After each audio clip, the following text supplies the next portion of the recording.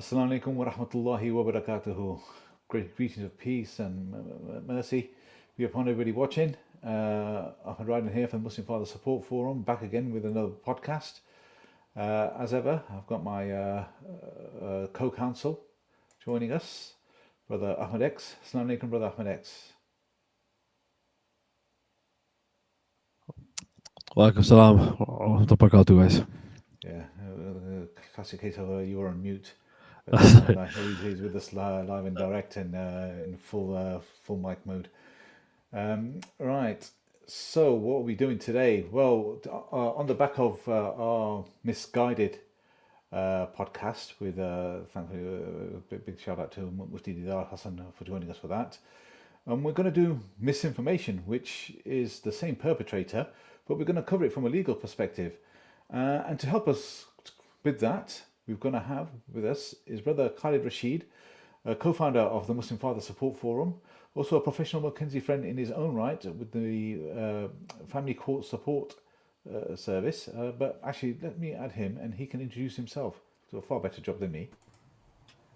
Assalamu alaikum, Brother Khalid. Wa alaikum salam, Brother Ahmed and Brother Ahmed X. Good to have you with us. Yeah, Jazakallah for that. Jazakallah for your time and everything. Actually, just tell the people a bit more about yourself, Brother Khalid. Yeah, sure. Just briefly introduce myself. So my name is Khalid Rashid, and I'm a professional Mackenzie friend. I work for my firm called Family Court Support Service. I'm a co-founder of Muslim Father Support Forum also. I've been a Mackenzie friend for 11 years, and I literally travel up and down the country, helping parents get back with their children. So just in a nutshell, that's what I do. Well, don't say yourself short, because Brother Khalid is on the front line. He's in court, helping brothers getting access to their kids. Also, he's also got his name to a case law or two, I believe. Yeah, alhamdulillah, we've managed to be part of some important case laws over the years, some quite instrumental ones. Just a couple of them. One is Raza versus Gal, which is quite a precedent set in that one, and Kala versus Diab. So if people want to read up on those, very, very important case laws. So, yeah. Actually, we might post the links in the description, so people know what case laws are and stuff. We'll cover that at some other point. Sure.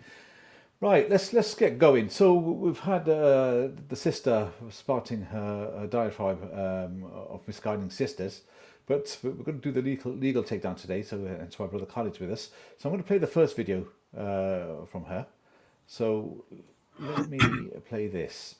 In the United Kingdom, I bet you didn't know that.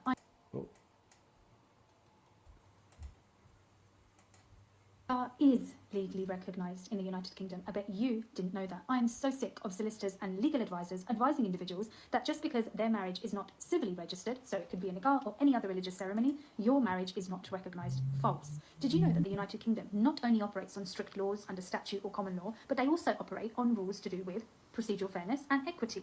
What does that mean? That means if you've been living with an individual whom is your husband under Islamic or any other religious laws, you are also deemed husband and wife in the eyes of the law. That means you have the same rights two individuals would have if they had a civil marriage. That means you can claim on property. That means you can also have a civil divorce. And it also means if you're a home owner and your wife isn't, and she's been a housewife or she's been looking after your kids, she still is able to claim from the family marital home. That is fair. That is equity. If you've been cohabitating with an individual, if you've got kids, they are all indicators that you are husband and wife. Therefore, you should have the same rights as someone who has a civil marriage. Stop thinking you don't. Stop listening to individuals that think they know the law, but they don't. This country does operate on equity, and equity states that not only a civil marriage is valid, you also have the same rights as someone who has a civil marriage. If you are in a situation where you only have a nikah and you have been told that you can't claim anything, that is wrong. You can claim a property, you can claim spousal maintenance, you can claim child maintenance. You can claim as if you had a civil marriage. Now, be that your nikah or any other religious ceremony, even if it's in the UK or not, you are still able to make a claim. Message me and find out more. Thank you. Yeah, well, stop listening, people. Stop listening to bad advice. That's one thing she got right in that thing. But anyway, I mean, it's just absolutely, the misguidance is just ridiculous. Not only on the Islamic level, which we'll cover a bit later, which was also covered by Mufti Didar, but even on a legal level. What are your thoughts there, Khalid? It's absolutely shocking statements being made by the sister there. Anyone with a little bit of legal knowledge knows almost everything that she said in there is incorrect. We'll obviously delve a little bit deeper into, the details of this, but it's shocking claims being made by the sister there. Yeah, so I mean, I think she knows what she's doing, in all honesty. But then actually, I think some people did sort of call her out a little bit, and she did do a bit of a backtrack statement. Let's have a little watch of that. Why are people so adamant to prove that? Now, I suggest you go back and watch my video. Oh, sorry, let me just. Oh my God, have we ruffled feathers? Do you know what's really sad is the majority of people are fighting and going blue in the face to prove that us Muslims or anyone with a religious ceremony, Hindu or Sikh, are not entitled to any financial remuneration after a divorce. Why are people so adamant to prove that? Now, I suggest you go back and watch my video, but apply common sense to it. I'm not trying to overturn or to debate the fact that a nikah, which is conducted not in a registered building and not abroad, is legal. It isn't. We all know that. That's the law. However, what that doesn't mean is if your marriage isn't held in a registered building or it wasn't abroad and it was simply a nikah, that doesn't mean you're not entitled to any financial remuneration. Where does it say that? That's what I am fighting and stating that yes, you are. Now, the main reasons as to why you would be entitled to financial remuneration, even though you don't have a legally recognised marriage, is based on the longevity of the marriage, whether you have children, did you financially depend on your partner, can you prove you had a marriage, what are the basics of that relationship. Now, it's very different from cohabitating. It's different. There are a number of cases, a lot of you have pointed out that they've been overturned.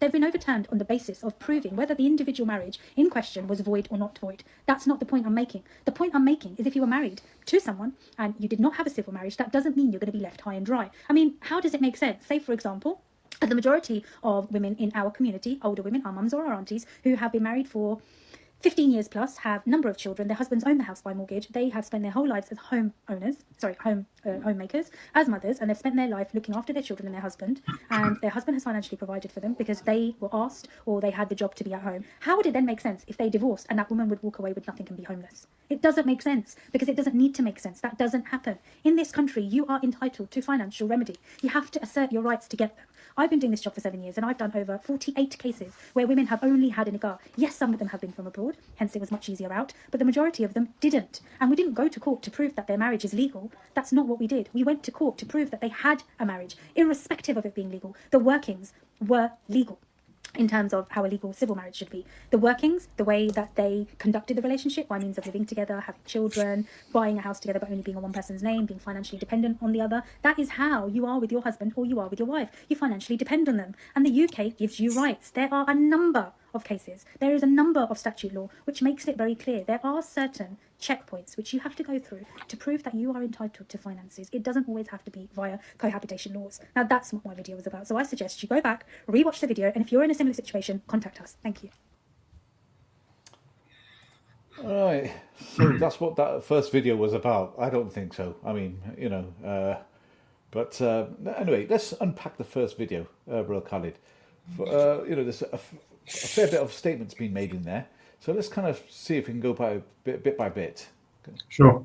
So what I want to do is I want to go through each one of her statements that she's made, very bold statements, which, like we've just heard in the second video, she's totally doubled down on and backtracking almost. So let me go through these things. So, okay, her first statement, probably the most bold one that she's made in there, is a nikah is legally recognized in the United Kingdom, and that's quoting her. A nikah is legally recognized. Mm-hmm. So the reality of that is this is completely false. A nikah only marriage is not legally recognized in the United Kingdom unless it's civilly registered. Now, she forgot to mention that. Now, the Marriage Act 1949 and the Matrimonial Causes Act 1973 make it absolutely clear. Yep. So we've just put up this slide now. So I'll just quickly run through these slides. So number one, look, nikah is definitely not legally recognized in the UK. Like I've just mentioned, the Marriage Act, that's a legal framework for marriage registration. It makes it abundantly clear that in order for a marriage to be legally recognized, it needs to be performed in registered venues with authorized personnel, a registrar, which nikahs are generally not done so. On Just some, to clarify, so sorry, on that point there, even if you are in a registered building, you still have to do the civil process. yeah, The nikah isn't deemed as a civil process at that point. The nikah is totally separate. You have a nikah, but you have to do the civil process, which is signing some documents or whatever it is. Is that correct? yeah, that's correct. So there are some masjids around, the country, Islamic institutions around the country, where certain premises are registered, and a registrar can, attend the nikah ceremony. But like you've just correctly said, after the nikah is done, they've still got to go through the civil process. It's just that they get everything done under one roof on one day. So, and there's very few of those. But the overall vast majority of nikahs are not, done like this. So again, number 3, the Matrimony Causes Act. This is what governs divorce and spousal rights. So financial applications, and only if you have a civil marriage, that's the only time you can, make financial remedy applications. Now, number 4, without a civil registration, spouses have no legal protection. That's clear. Number 5, to gain full rights, couples must register under UK law, and that's a simple fact. It can't be that the whole legal fraternity is wrong on this, and this sister who's making these claims is the only one that's right, and she's just managed to figure this out after decades and decades, of these things being in place. So I just want to move on to her second video now. So Sorry, can I ask a question? yeah, Would it throw a spanner in the works if a guy has 4 wives just based on nikah? No. no, because none of those marriages are legally registered, are they? So it's just only nikah. So Yeah. So how would she, as a person dealing with the case, deal with a guy who's got 4 wives, just nikah, no civil marriage? How's she gonna help them? That's a great question because you can't have all 4 marriages, legally registered, can you? So Exactly. only she'll probably know the answer to that. So Well, she won't be able to help them. Simple as that. The thing is, if you're going to go down, number 1, if you're going to have 4 wives in this country, it's illegal from the perspective of from a civil, because the class as bigamy, right? Yeah. So you can't register, you can't do a civil 4 times. So that's that out the way. So then she's going to try and rely on some other stuff to try and extort, I'm guessing. But anyway. No, I guess what the angle that I'm coming from is that when you try to play with Sharia and you try to reconcile it with a man-made system, it becomes a mess. So I'm just imagining a scenario: a guy has 4 nikahs, not legally married, legally registered, and she has those 4 ex-wives now because he's divorced them as clients. How's she gonna even bring any justice and numerate what they deserve in terms of money? It's just a big mess she's created for herself. Yeah. Well, but this is it, though, isn't it? There's an exploitation. There's a path there, and the pathway. I'm sure Brother Khalid will cover there. But this is why we see what we see, isn't it? The level of false allegations and all of these things. This is the problem with it, with going down this particular path. But let's crack on. Shall we move to slide 2, bro? Not yet. I just want to speak about her second video. So in the first video, the clear-cut statement from her was a nikah is legally recognized in the United Kingdom. But in the second statement, in the second video, she backtracks, saying a nikah which is conducted not in a registered building and not abroad is legal. It isn't. We all know that's the law. So that's a complete contradiction from the first one. So which one is it? You can't claim a nikah is legally recognized, then admit that it isn't. So it's just shocking, these statements. So let's move on to the second one. Okay, so the second statement that the sister makes, and again I'll quote, "This country does operate on equity, and equity states that not only a civil marriage is valid, that means that you have the same rights as 2 individuals would have if they had a civil marriage." Again, the reality is this is totally misleading. Equity does not turn a nikah into a legal marriage. Again, look, what she's getting confused with is certain aspects of the law do allow you to make applications on equity basis. So let's just go through this slide. So number 1, equity does not grant nikah couples the same rights as a civil marriage. The only way that anyone with a nikah-only marriage can claim, for example, on a property, is under the Tolata scheme. So Tolata is the Trust of Land and Appointment of Trustees Act. That allows property claims if contributions to ownerships can be proven. Also, you can make, which I'll go into the finer detail perhaps later on, you can make claims if there's a non-financial interest, but that gets a bit more technical and we can go down that route. So look, simple thing is equity does not grant spousal maintenance or divorce rights, as the sister is claiming it. Spousal maintenance divorce can only be gained through legal marriages. Legal marriage rights only come from civil registration, which we've covered in the first slide. So equity may be used to make beneficial interest in a property, like I've explained. For example, if a partner contributed financially to a property, but is not legally named in the title, they may use equity to prove a beneficial interest. What that means is, like the sister alluded to in the second, again, she backtracked a little bit, is obviously if there's a long-term marriage, the wife might have financially, or not even financially, she's been the homemaker for, let's say, 15 years.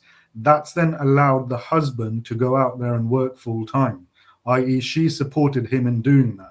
If she can prove that, then yeah, she's got some claim there.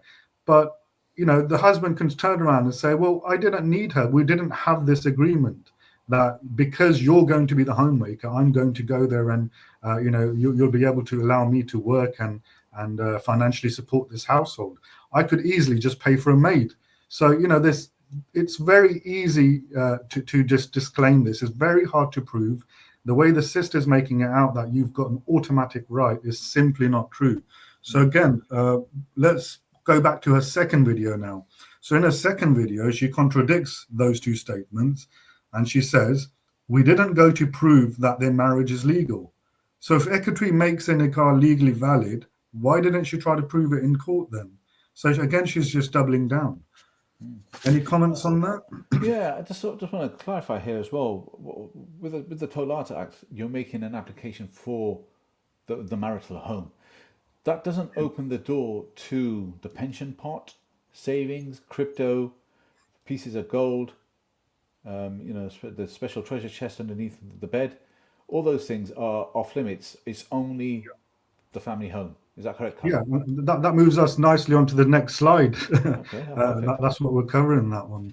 Okay, So what she's getting confused with is, look, if you're not legally married in this country, you come under cohabitation laws. If you were living together as a husband and wife, whether it be as a boyfriend, girlfriend, Islamic marriage, or whatever. So look, cohabitation does not provide the same legal rights as marriage. Now she's claiming, and again, I'm going to quote her, if you have been cohabiting with an individual, if you've got kids, they are all indicators that you are husband and wife. And I'll quote her again, therefore, you should have the same rights as someone who has a civil marriage. Again, completely false. So look, there's no automatic property ownership rights unless both partners' names are on the property deed. The non-owner has no automatic rights to claim on the property. Next, there's no spousal maintenance after separation. Spousal maintenance is only available to legally married couples. Cohabitants cannot claim financial support. Simple as that. Number 4, look, automatic inheritance rights without a will. A cohabiting partner doesn't have automatic inheritance rights. So the marriage registration is required for full legal protection. So I'll go to the next video that she totally contradicts herself again. She then says, it's very different from cohabiting. It's different. So in the first video, she said it's exactly the same. And in the second video, she's saying it's completely different. Which one is it? Unbelievable. Yeah. Well, I mean, I think that this is it. Like, Brother X can mostly guide us on this. But wherever there's contradiction, you've got to. It should really concern you. Like, just know that. Hold on a second. The person that's giving this information, they're contradicting themselves. It's not dead on, and I think that's always the case. And I think even in the Quran it tells you something similar. As we're Muslims, and we'll take the Islamic angle on this. But even the Quran tells you that always be wary of contradiction. And again, this is proven to be very similar here. Shall we move on to the next one? Yeah. So that'll be. Sorry, if I could just say, I have mentioned in the last podcast with the sister, it would be nice almost like just to invite her over and have a conversation. But the question is she, will she have enough humility basically to have a conversation, rectify her wrongs, and maybe learn something, and that could put to bed and fix a lot of problems for her and for everyone else. Well, I think there's a major problem in the Ummah, especially in the Muslim community right now, where they're picking and choosing, isn't it, between what's Islam and what state law of the land and all of this, and they're basically just choosing what fits best. But well, let's see, the offer's there, sister. If you're watching, you do want to come on our platform and have a discussion, we're open to it. All right, let's move on to the next one. That's the wrong one. Number 4. Oh, sorry. One backwards. There you go. Okay, so the next slide here. Look, again, her very clear-cut claim was, and I quote her: "If you only have a nikah, you can claim spousal maintenance." Again, it's a shocking claim to make. Spousal maintenance is only available to legal married couples. Okay, the Matrimonial Causes Act only applies to legally married couples. We've already established how you can get legally married. Property disputes in nikah-only marriages must go through talata. That's the only avenue that you can. Without a legal marriage, financial claims are severely restricted. The way the system makes it seem like it's an automatic right, you've got to know your rights and all you've got to do is go to court and apply. It's simply not the case. So look, a nikah does not guarantee financial rights after separation. Now, I want to go through just the process of what you can do. What sisters and brothers, if they've only got legal marriages, what are your options? Okay, so the sister talks about statute and law and everything, but she fails to mention even one. Which part of which legislation is she referring to? Which statute law is she referring to that covers and grants these rights which is claiming? Okay, so simple. I just want to summarize the video before it drags on. Look, a nikah is not legally recognized unless it's registered. Equity does not make a legal nikah. Cohabitation does not grant the same rights as marriage. Spousal maintenance is only for legal married spouses. Okay, so look, you shouldn't rely on misinformation. You have to know your rights and you have to know them correctly. Okay, so I just want to run through quickly, then we can just end these slides and just say, what can a person who, let's just say a sister who has only in the car, what can she do? Okay, so well, Khalid, before you do, can you just explain what's that? I think you mentioned that talata thing. Just what is that? So the talata, like I explained, look, that's an application that you can make for people who are not civilly married. If they have joint ownership in property, they can make an application for their share of that property. So if you were just in a nikah but you jointly own the property, after you divorce, both of you can make a claim to that property and get your share. But you can only go after the matrimonial home. Not the matrimonial home, the jointly owned home. You can't go after any other assets that the other person might have. You can't go after pensions, salaries, that kind of stuff. So it's only got to do with a jointly owned property, unless you can prove that you had some beneficial interest. That normally is a financial interest. If, for example, the property wasn't jointly owned, but you contributed heavily towards the upkeep of it, renovations, that kind of stuff. So there's a chance there that you can claim if you can prove these things. Is that okay? Yeah, okay. Okay, so look, if you've got a nikah-only marriage and you do, find yourself divorced, one thing you can do is apply for child maintenance if the children are living with you. which we know as fathers, almost always the children end up going to the mothers, unfortunately. So you can apply for child maintenance. That's a given. Okay, the next thing what you can do is under Schedule 1 of the Children's Act 1989, you can apply for lump sum payments, housing support, and financial relief. But this is only got to do with the children up until they're 18 years old. Okay.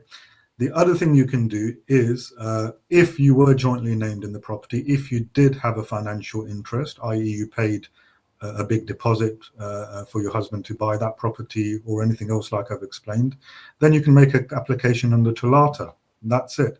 These are the only two avenues you can do. You cannot make an application under the Matrimonial Causes Act, as the sister was trying to make us believe. The other options you have is private settlement or mediation. If you end up doing an agreement through the Sharia Council, these are your only options.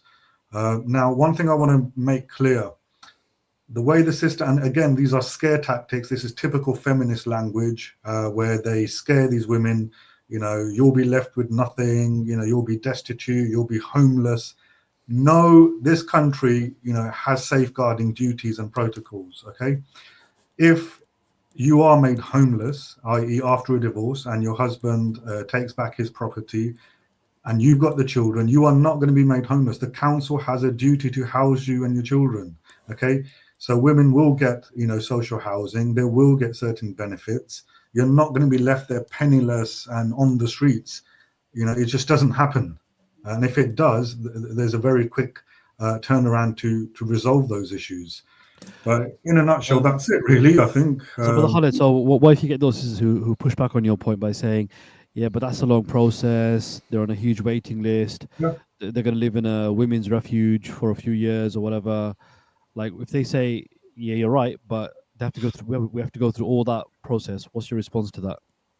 So my response to that is, look, it's the same process for everyone in the country, isn't it? Why should you get any special treatment? People are on waiting lists for years and years and years, not getting housed.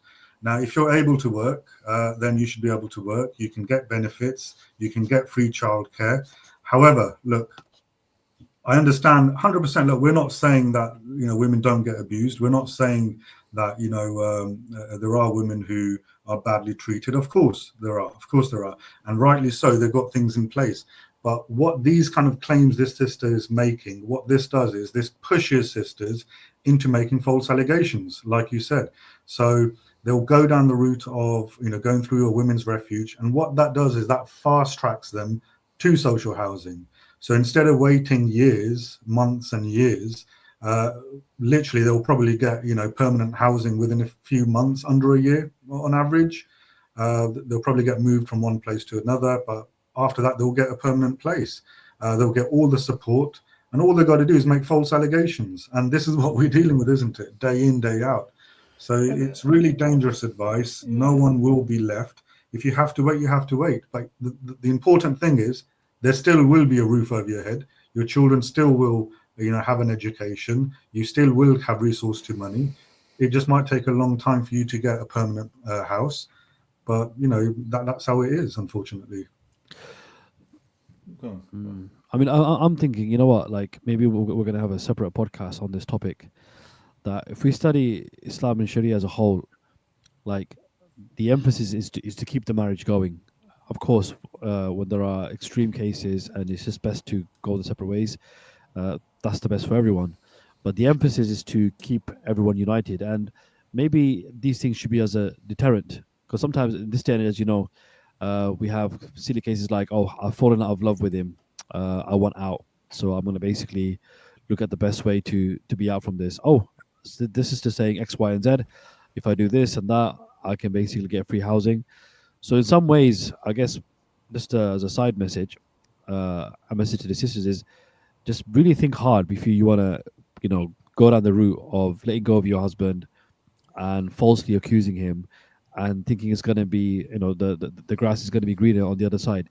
It's not the case. I mean, Brother Khalid mentioned that, maybe a few months to a year. I personally know of cases where even with the false allegations and women's refuge, few sisters have had to wait 2 to 3 years almost, for kind of council housing. So it's not an easy process, and I've even seen articles where that's going to increase because of the level of false accusations and the applicants that are being made. It can't be that fast track, but it is what it is, I guess. Yeah. Brother Ahmed, you mentioned the grass is greener. This is something I speak about quite a lot. From my, I've been part of literally hundreds of court cases, and I always tell the brothers, the sisters, that the grass is generally never greener on the other side. You get promised, a utopian world where you'll have your independence, you'll have a career, you can go to work, your children will be, taken care of, you'll get a permanent house. I've seen the same women that make these false allegations. Years later, they're regretting everything. So the grass is generally not greener. You get promised a lot, but the moment your proceedings are finished, the moment your tick box statistic is fulfilled, these same support workers that you have, they won't be there anymore. You're left all alone. And that's when reality hits these women, unfortunately. And it's too late. I mean, they think they can have a house, but there's a very big difference between having a house and having a home. Absolutely. Well, this is the problem with what we have in the current climate of things, where there's a lot of misguidance and a lot of misinformation. And this sister's not the only one. I mean, obviously she's pumped this out there, and we've picked it up and we've dissected it and exposed it. But there's lots of people from different elements, even from women from within their own families, telling them these things. And it's a sad state of affairs. But remember, ultimately, I just want to just cover a few little bits there as we're kind of concluding here. One of the things that was quite prevalent, she said in her first thing was, that women get asked to be a housewife. Well, I don't really agree with that, because I think a lot of women are demanding to be housewives, and especially as Muslim men, they're using religion to oppress us and say, oh no, it's your duty to provide. The Sharia says this, which, okay, they've got, right? And a lot of Muslim men say, yeah, okay, you got me on that, it's my job to provide, and they do so. Now, they've done that under the guise of fulfilling the Sharia from a man's perspective. Then comes the point where divorce comes. Now, divorce isn't always about financials or whatever. There's lots of aspects to it. But whatever it is, you've come to a divorce, then all of a sudden, the women are now choosing to go down the path of law of the land. And now there's no protection for Muslim men in this, because the courts don't recognize this. In fact, they frown upon it. Oh, yeah, financial abuse, oh, no. They're kind of twisted up and what have you. But really, when it's the men that have been financially abused out of this, because it's like, well, you have to provide a roof over my head. You have to give me this, that, the other. You have to take me to Dubai, get salt-based steaks and all of this stuff. But only because you're the man, it's your job to provide. And those are the things that are saddled with men. And then when the relationship falls apart for whatever the reason is, good or bad, whatever the reason is, the women are going down the path of law of the land, and there's no protection, and there's no accountability for it. And it kind of brings me on to, like, they talk about the destitute and the homelessness of divorce, but really, as you've said, Khalid, there isn't. The system's there. The system provides. But equally, the Sharia provides, because the Sharia has put a blueprint there for the protection of sisters and of family. And by you now you're now, not only have you taken yourself down the path of your family, you claim to love your family, all right, you don't love you want to do him over and whatnot, but in doing that vent taste for blood, you're not only are you taking you're taking all your family along with you, all the people that participate. It's absolutely disheartening. And then to the point where they never reconcile their relationship with their father. Then if their father passes away and they've never had a chance to reconcile, now that's going to leave them in a state of limbo. These are far the ripples of this sin, and it is a sin. It's a major sin.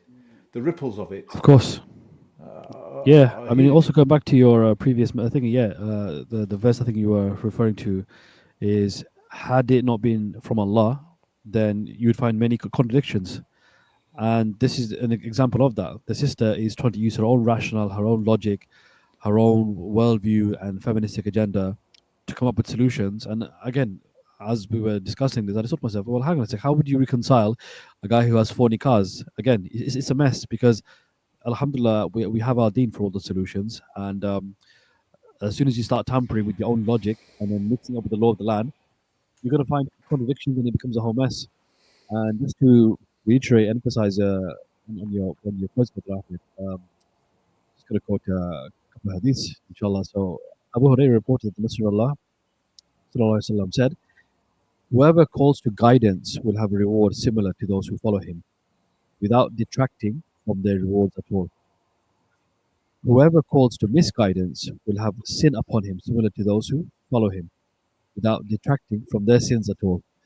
So it's like it works both ways, you know. And obviously, it's Ramadan now, a lot of charity events are taking place, and there's a huge emphasis on Sadaqah Jariyah. You know, please donate to the masjid, um, to education. So after you die, your rewards will hopefully outlive you, and this will build up in your account for the day of judgment, and hopefully it becomes a means for you to get Jannah. Imagine the other way around, subhanAllah, that your sins outlive you. That you have started that domino effect. And as you said, from the kids, from your relatives or your mahrams who could have saved you, but no, you were adamant for vengeance, for X, Y, and Z. And it's just mind-boggling how a human can just do this. And we get it, you know, yeah, women are emotional. But again, the question is like, who is around her to advise her to stop? Don't do this. You will literally ruin your akhirah. And you will basically, as Mufti Diras in a previous podcast, like what he said, you know, it's a VIP ticket to Jahannam. Because as you say, it's not minor sins, these are major sins. Major sins. And another kind of like, subhanAllah, this one more hadith that comes to mind. I think it's actually in the Quran, actually. Yeah, Surah Ma'idah, chapter 5, verse 2. Help you one another in virtue, righteousness, and piety, but do not help one another in sin and transgression, and fear Allah, where Allah is severe in punishment. I mean, if that's not clear cut from the Quran, you know, then I don't know what else. Um, I don't know what else, you know, you could say to a dead heart to wake them up. I mean, look, time and time again, sisters who are out there who are in this sin, you know, humble message from all of us. Turn to Allah. It's never too late. And one thing I'll bang on about, and I'm sure we'll have other ulama who will say this as well, this sin that you are committing of oppression, of injustice, just a simple tawbah, repentance, isn't going to forgive you because you have involved another person. You must and you have to go to that person that you've wronged, ask them for sincere forgiveness. Now, if they don't want to forgive you, then it's their prerogative and that's on them now. And as we know, Allah is merciful to those who are merciful to others. But you have to do your bit. That, Ya Allah, I've gone to my ex-husband, I've sincerely repented, and now I'm repenting to you for what I've done. And inshallah, you've now turned a new leaf and now you can be saved. You have a huge chance that you've rectified it. So don't think twice about it. Like this sin is so severe, it's not between you and Allah anymore. Yeah, it's between you and another person, the rights of another person. So you have to ask them for forgiveness first. And as we said, it's not just that ex-husband; it's his family. Mm. You know, the kids were deprived from the grandmother, the grandfather, the uncles, the aunts. So you sister that's doing this, you have to ask all of them for forgiveness, apologize. If you've taken money, you have to give that money back. If you're taking the property, you have to give that property back. Only then, inshallah, there's hope for you that you'll be forgiven. Yeah, I mean, looking around the sort of the ummah, and we see the sisters that do this. I always find it interesting from an Islamic perspective that these are the sisters in hijabs, niqabs, that are alimas and all types. Honestly, it's absolutely mind-boggling. And then they are doing fasting, especially since the month of Ramadan. Then they're putting up the Palestinian flags, talking about oppression and all of these things. And they praying 5 times salat, tahajjud, all of these things, reading the Quran. And it's like, what I've concluded here. People might agree, and I'm sure people will disagree.